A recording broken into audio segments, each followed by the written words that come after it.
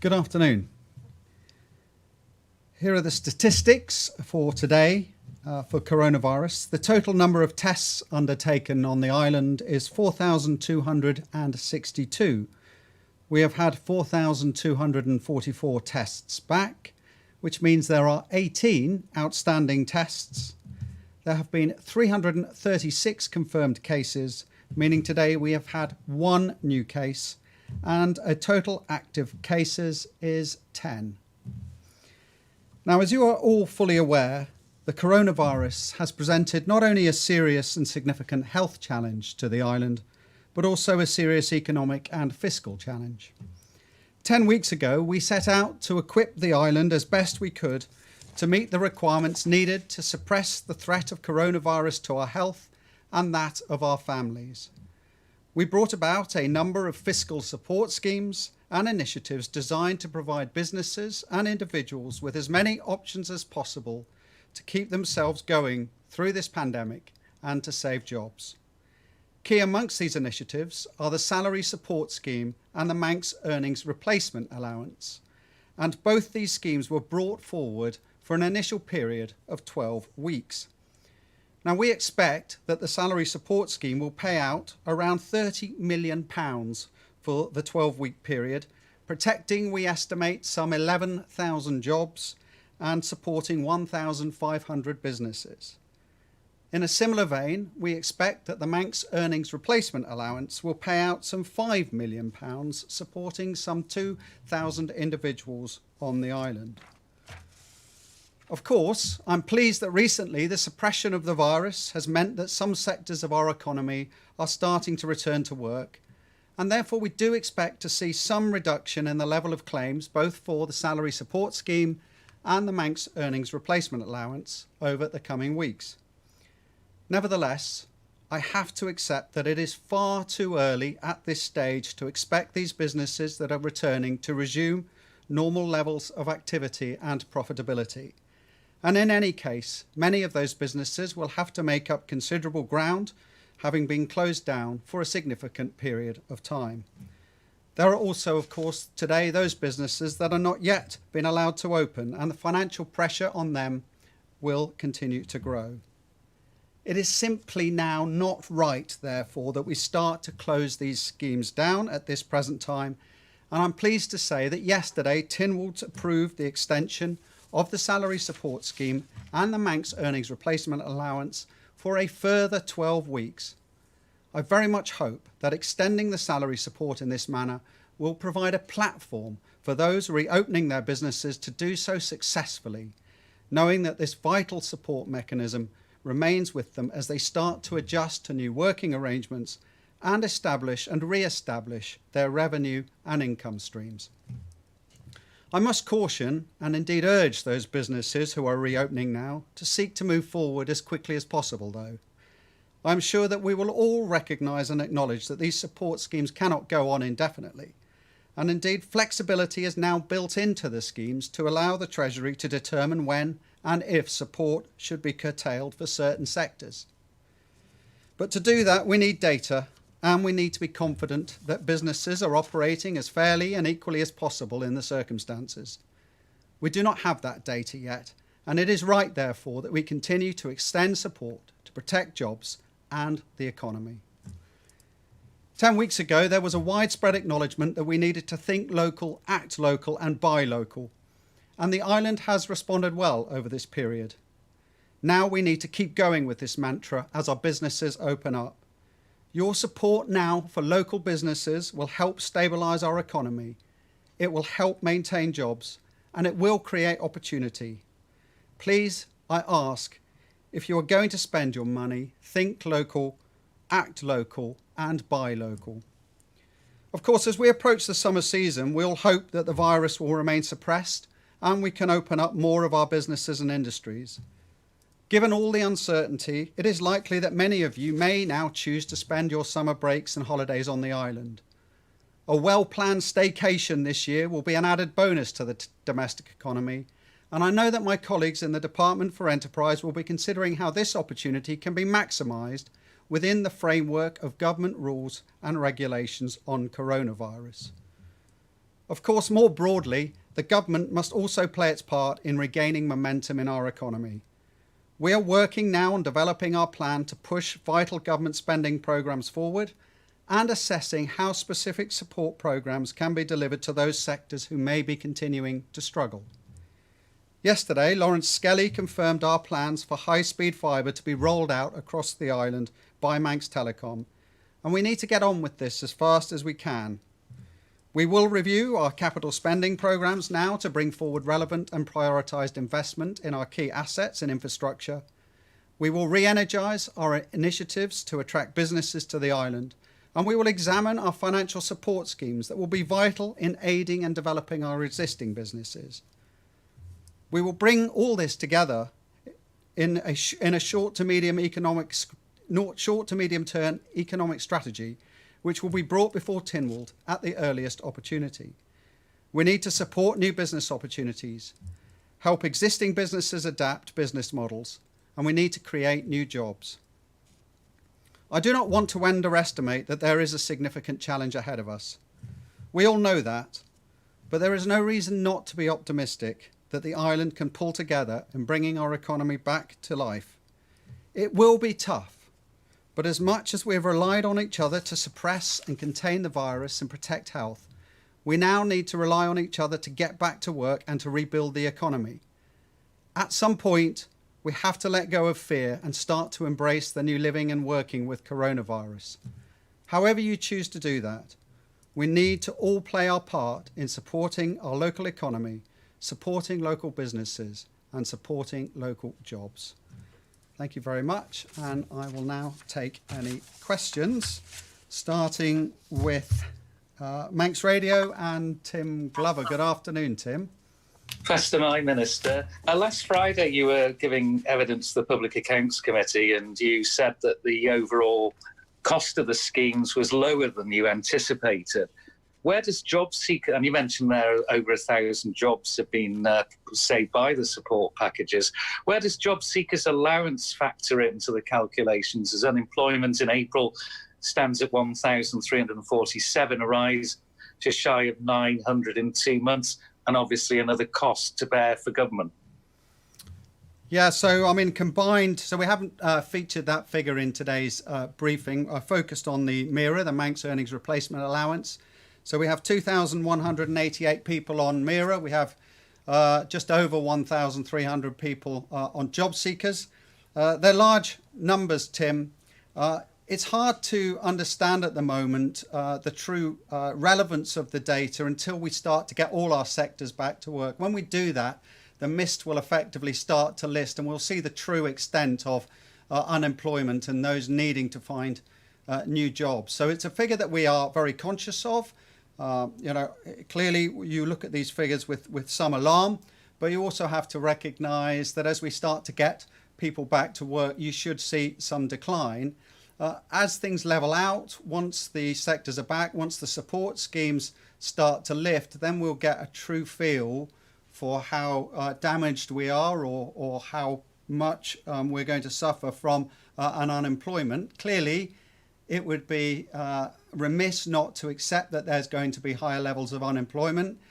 1,300 plus is a figure I think that we can deal with. If it gets higher than that, as we go through this, then clearly we'll have much more pressure to work out how best we can reskill our workforce, where those opportunities exist, what we need to do from an educational perspective and retraining perspective.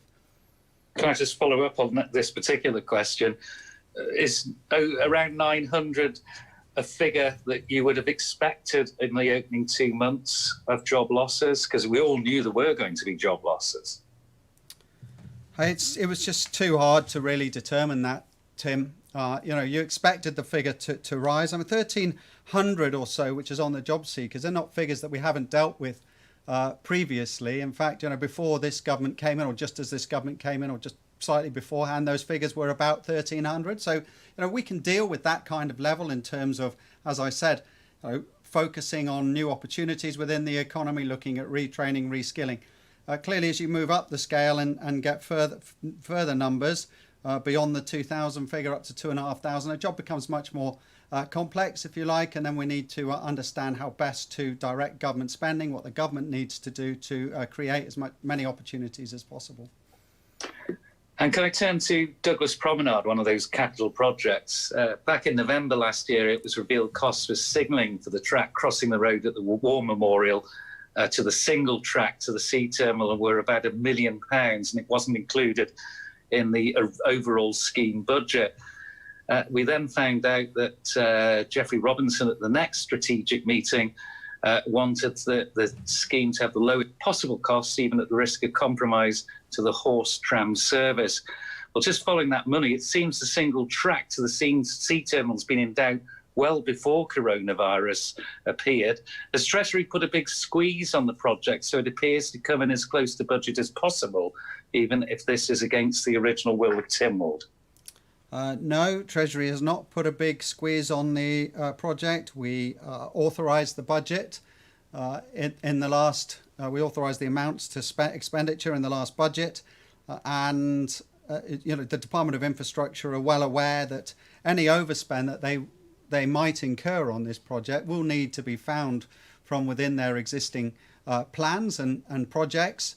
But we haven't put a big squeeze on the Department for Infrastructure. I think they have taken a sensible view on that project, what needs to be done to get it done within the circumstances that we're living in, to take the opportunity of perhaps a lack of tourists, a lack of visitor accommodation being utilised during this period to complete the promenade. And that's very much an operational decision to get on with it and to alter the scheme plans as they've outlined.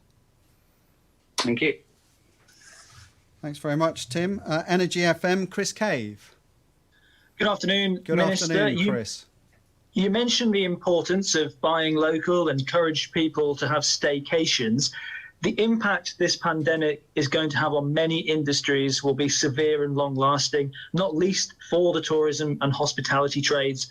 There's often talk about a new normal, and that causes further worry for owners of restaurants, pubs and clubs that people may still be discouraged and feel unsafe about going out once this virus has passed. In that case, are there any considerations to ease the impact of this for those industries? For instance, a government subsidy on alcohol duty, perhaps? So the purpose of announcing today that the salary support scheme, which is very much the pillar of the support mechanisms that's providing a lot of valued support to our businesses, is going to be extended, is to give as many businesses every opportunity to get back on their feet over the next 12-week period, effectively through to the end of August. What we will need to do then is consider almost on a sectorial basis, sector by sector, what might need to be done to help support those sectors through an extended period, to allow them every opportunity. Clearly there are challenges. There are challenges for a lot of businesses, but for our leisure businesses, our hospitality industry, these challenges are going to be increased because of the rules and that are going to be in place, particularly around social distancing. They will need to adapt to that. Government's going to have to pay very close attention to the impact on that. And we need to try and find ways around that. And I think the businesses and the business models will probably need to adapt. But, we will consider how to support these sectors on an ongoing basis. Once they get back, once we can see the levels of trading that they're at, once we can understand a bit more about the obstacles they're facing, and then we need to make some broader decisions as to what level of support and what context do we support each business sector. But just to clarify, you are working on further support packages for these people in the hospitality industries, as if they do have to keep social distancing measures in place once the virus has passed, their business could be down and they could still struggle. Yeah, absolutely. So, we're looking at a range of economic factors at the moment. I think the most important thing for us generally is to make sure that we have a high-level strategic economic plan that is really delivering on the ground, delivering maximum value to sustain jobs and create jobs. And that's what we're going to be bringing forward in the next couple of weeks, I hope, and as soon as that's packaged together, we'll be bringing that to Tynwald to gain their support. And as I said, then we will need to look at these sectors on a case-by-case basis and try and understand what level of government support should be available, or what framework government needs to put in place to give the individual businesses an equal and fair chance of making it through and adjusting their business models and adapting to this new normal that everybody's talking about.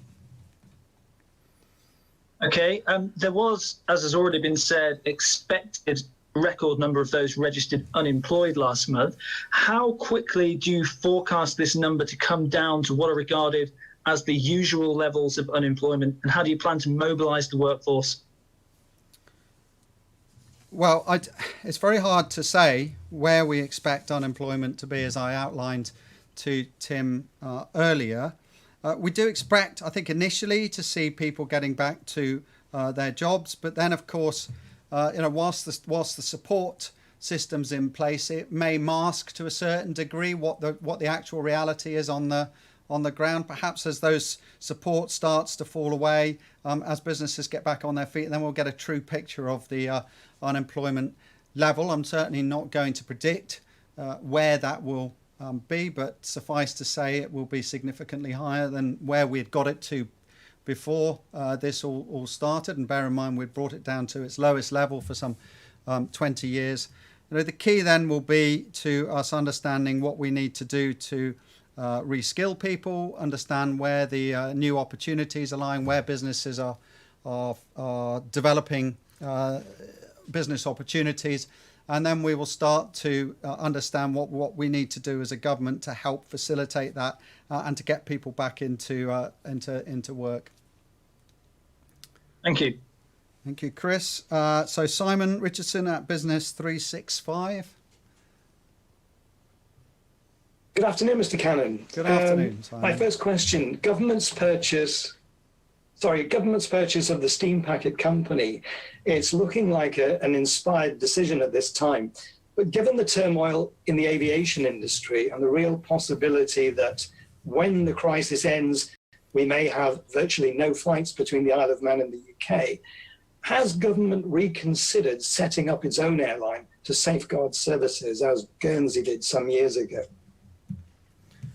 Yeah, so again, the airline industry is under huge pressure at the moment. We all know that. The government is maintaining a framework of air links at the moment, a small framework of air links with flights to London and Liverpool. But we need to understand in the next few weeks the airlines' plans, predominantly what our main carriers are, what EasyJet's plans are, for example. And once we understand what their proposition is, and I'm sure they will have one, then we will need to understand what government's plan needs to be. I'm not going to dismiss necessarily that government needs to take a more proactive stance in this space, but I think we do need to give the airline industry some opportunity to present to the island what its plans are, and clearly one would expect initially some sort of phased return to a new normal in terms of air travel. So I think that remains uncertain. It's far too early really for me, Simon, to give any firm commitment, other than to say, again, this is another area that we are looking at incredibly carefully. Well, you're not against the principle. I think the government, we need to, things are changing, frameworks are changing. The way we've done things in the past, or the positions that we adopted pre-COVID, are not necessarily the positions that we will have to adopt afterwards. In all honesty, I think from an airline industry perspective, I would prefer us to have a stable carrier providing us with well-priced travel options.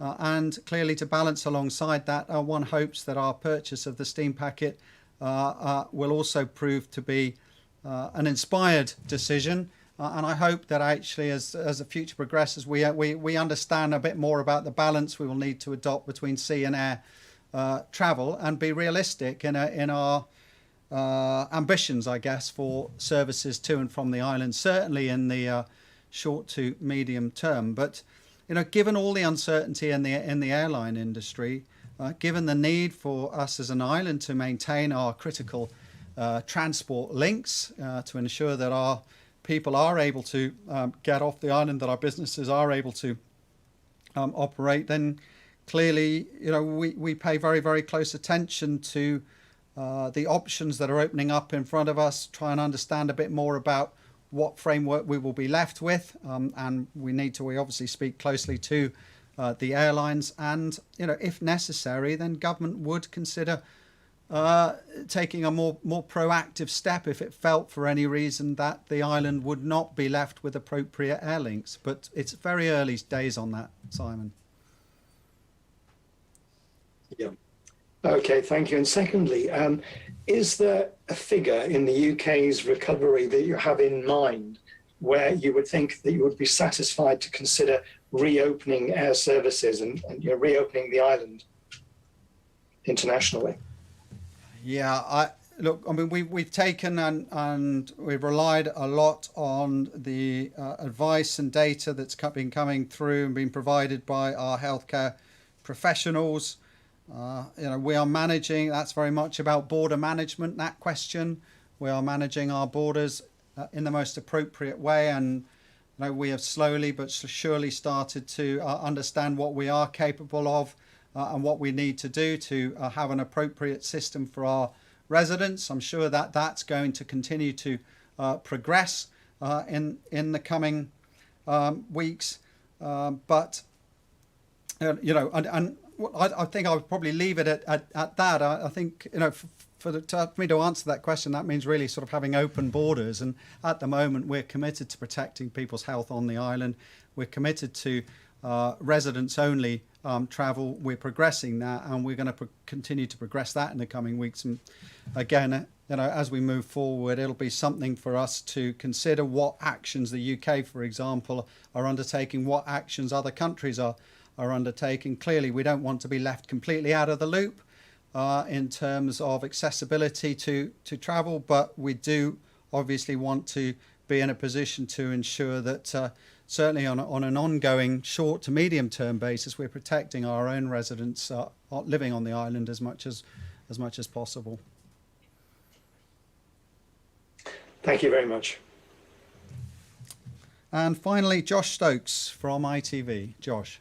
Good afternoon, Minister. You've spoken today about extending the schemes by 12 weeks. I'm just wondering, how does that directly coincide with the phased return to work? Do you have an aim of what phase you hope to reach by the 12th week in reference to the medium-term response document? Because otherwise, presumably, the schemes may have to be extended again if phase 5 of hospitality isn't reached by then.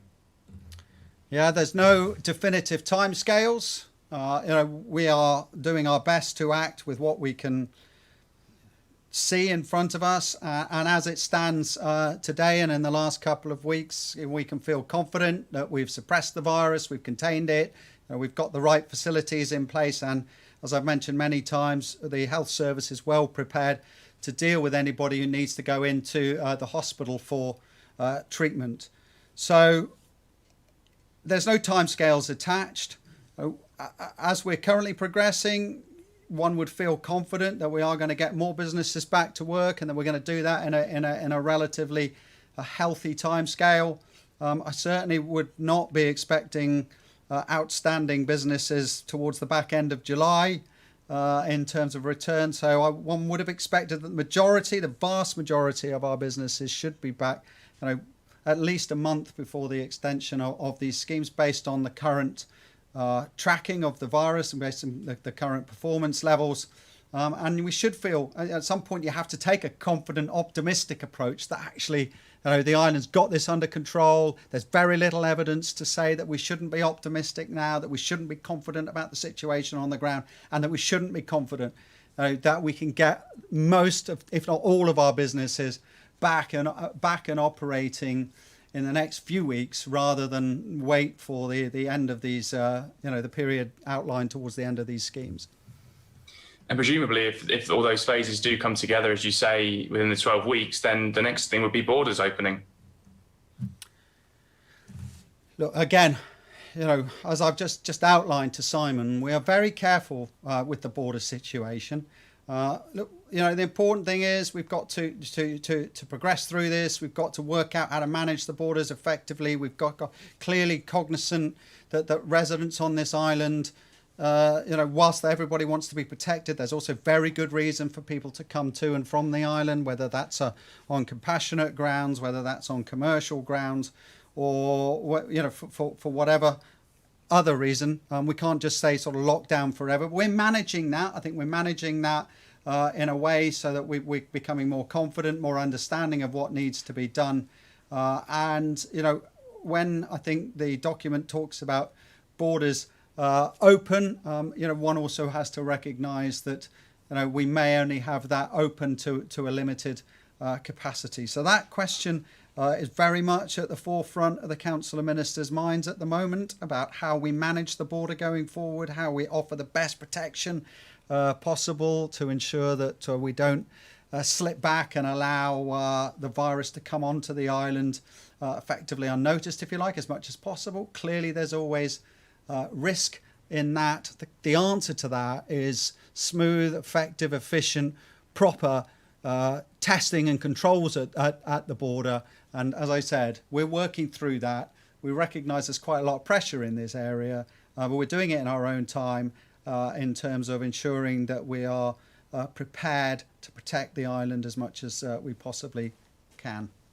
Okay, just off the back of that, there's a second question. Isn't there a real opportunity to potentially boost the tourist trade on the island as we slowly start to move out of the pandemic? So presumably people won't be travelling long distances for a while, and the Isle of Man may seem like a potential holiday destination for many more people than it did. So is this something you're looking at from a financial perspective, maybe taking benefit from that? Well, I alluded to it in my opening remarks, Josh, that actually, it is likely that international travel will be curtailed. It's hard to understand what holiday options will be available for people, and I accept that a lot of people will be thinking that this summer is actually the best option for them, maybe to stay at home. There could be opportunities for us in that. We need to draw up and understand what the scale of opportunity is, but the message is actually for people who are considering a staycation, and this is the perfect time for people to think about a staycation. If we can maintain the control levels on the virus at the current existing rates, if we can open up more businesses, if we can understand exactly where we need to be safely in terms of levels of gatherings, and we can open up our restaurants and our leisure businesses, then the answer to the question is actually we could recover some ground. If we take that, what would have been off-island holiday spend, and convert that to on-island holiday spend, and people take that opportunity for a staycation and look to explore and maximise the opportunities that exist for them to have a break on the island. Okay, thank you. Great. Okay, well, thank you very much. Oh, Tim is waving at me. Sorry, apologies. Tim. Yeah, I just wanted to ask about the UK Chancellor's comments, Rishi Sunak, who's warned of a severe recession and, quote, the likes of which we've never seen. Obviously, the UK is our biggest trading partner. The effects are likely to ripple through into the Manx economy. How much of a concern is that? And are you, and I know you're not going to give me an answer, but is it under consideration a change in income tax rates? I think, in short, Tim, I mean, again, I'll be delivering a budget statement, a budget update, and a statement in July, and I'll outline exactly any plans that the Treasury has. One has to recognise at that stage we'll have a better understanding of the impact on our economy and on government revenues. As I've said quite a few times, it's not really just the cost of the schemes that we're delivering per se. It's the impact in terms of any loss of revenue that we will see, both from VAT, customs and excise, and of course income tax and national insurance. So once we get a better position, once we understand that, then we'll be in a better position to deliver a much more meaningful statement around what sort of actions that the government is taking. But I'm pretty clear now that we don't want to regress on the island. We don't want to take negative steps that are going to impact on our development. If anything, we want to look ahead positively to try and work out how best to get out of this, to get people back to work, and to support businesses through what is forecast to be a tricky 12 to possibly 18-month period, depending on who you talk to. I mean, the fact is the UK is already in recession, but like us, they have still got support schemes going. They are likely to continue, it would appear, through till the autumn, those schemes.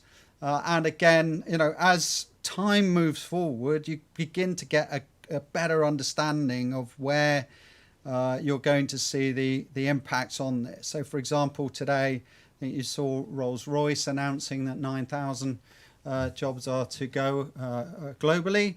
And clearly one then asks the question about what sort of impact that might have on manufacturing on the island, what we then might need to do, in terms of reacting to those types of moves. I think the island is in a strong position in terms of our finances. We've got robust finances. We are going to support that spending, and we've already made it clear that we're going to go and syndicated borrow of £250 million, and that money was initially thought to be there for cash flow purposes, but it is equally that we may well find parts of that money to be used to support the economy. But as I said, it'll be July before I'm in a position to issue a proper meaningful statement that will really outline how we can meet the challenges of a UK recession. And what we need to do to support our economy going forward proactively, hopefully without regressing back. And we've had a challenging 10-year period, 2008 to 2018, 2019. And just before this virus came about, in many ways, there was a lot of positive indicators. People were starting to get proper pay rises again, had more pounds in their pocket effectively to spend. And of course, we had unemployment at 20-year low point. We don't want to lose the progress that we'd made in that 4 years and then have to suffer another decade of struggle. So we're looking to try and avoid that and go forward as positively as possible. And obviously, there may be some adjustments possibly in terms of what we need to do as a government in terms of revenue collection, but we don't want to regress. That will be my message at present. Thank you very much indeed, and enjoy the rest of your day.